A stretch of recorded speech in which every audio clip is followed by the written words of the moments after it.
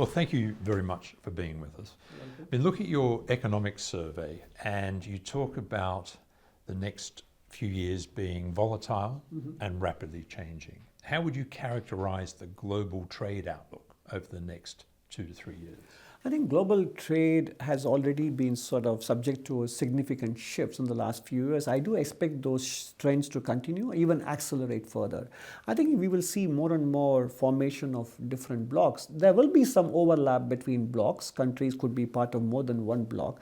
But I do see these blocs emerging, and there'll be a lot of emphasis on making sure that some items of importance, national importance, countries would go out of their way to onshore them or indigenize them rather than depending on the world markets to serve them. So that I see as an important development shaping up in the coming years. So as opposed to efficiency, which used to drive supply chains, you're seeing national interests being a bigger part in that shaping. That's right. More than efficiency, I would think security will become far more important than efficiency. And to that extent, that will raise the working capital requirements for businesses. So it will, in the aggregate, it might lead to a higher inflation rate for countries, but that is the price one pays for a shifting geopolitical environment.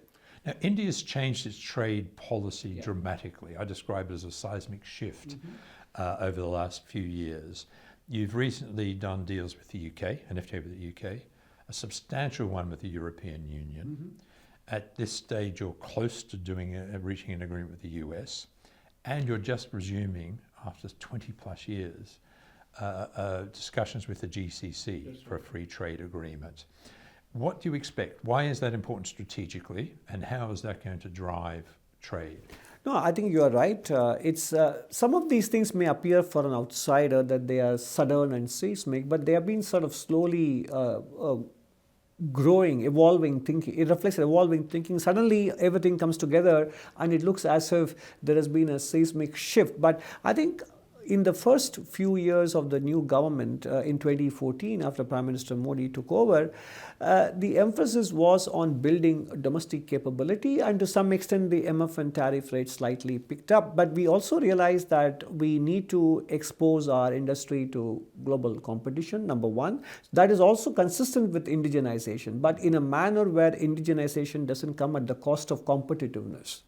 And then the second dimension is that the rising tide of global export growth was lifting all boats before the global financial crisis. That's not going to happen, so we need to give our exporters more opportunities, more access, and that is another reason why we feel these free trade agreements matter much more than before, where it was possible to rely on a global volume growth to drive one's own export growth. And I think that the third dimension is to sort of ensure that Indian manufacturing sector is given uninterrupted access and a diversified source of primary, intermediate and infrastructure goods, because much of India's imports rely on these three items: raw materials, primary, intermediate and infra goods, and to rely on one single source leads to a lot of vulnerability. So these are the important forces or considerations that are driving the diversification of free trade agreement that India is pursuing.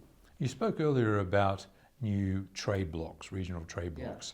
Which ones are going to be important to India over the next few years?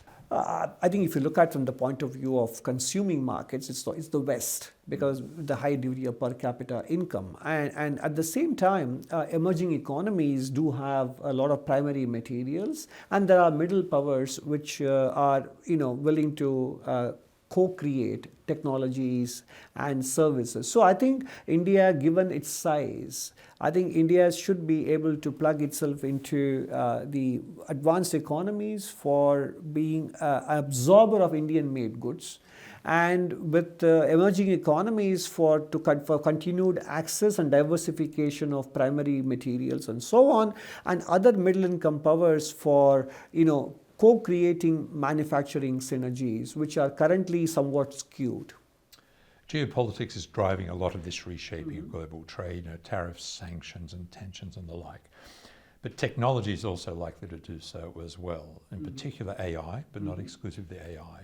What's your outlook for the impact of technology on trade, on global trade, and particularly from India's strategic perspective over the next 2+ years? Well, I mean, it's an interesting question, but also a very difficult one to answer. Let me be honest with you, because I don't see technology making much of a difference to the trends that are already underway in terms of this trading between blocks, fragmentation, and emphasis on security over efficiency. I don't think these basic considerations will be altered by technology. If anything, it may actually accelerate them, and some of these technologies themselves will become sources that reinforce these trends.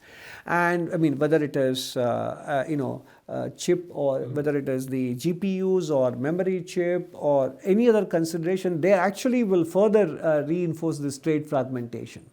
At the same time, I think the new technologies, given that they have a huge role to play in national security, I think every country would like to develop their own sovereign models. I think the level of trust that characterized global trade between 1980 and sometime into the new millennium, I don't think in general that is going to prevail. So every country, regardless of which alliance they are part of and whether they are part of multiple alliances, etc., would prefer to err on the side of, as we discussed earlier, to a different question, just in case approach. And that will apply to some of these new technological tools and devices or approaches, and there would be a tendency to indigenize them and develop sovereign models to feel comfortable.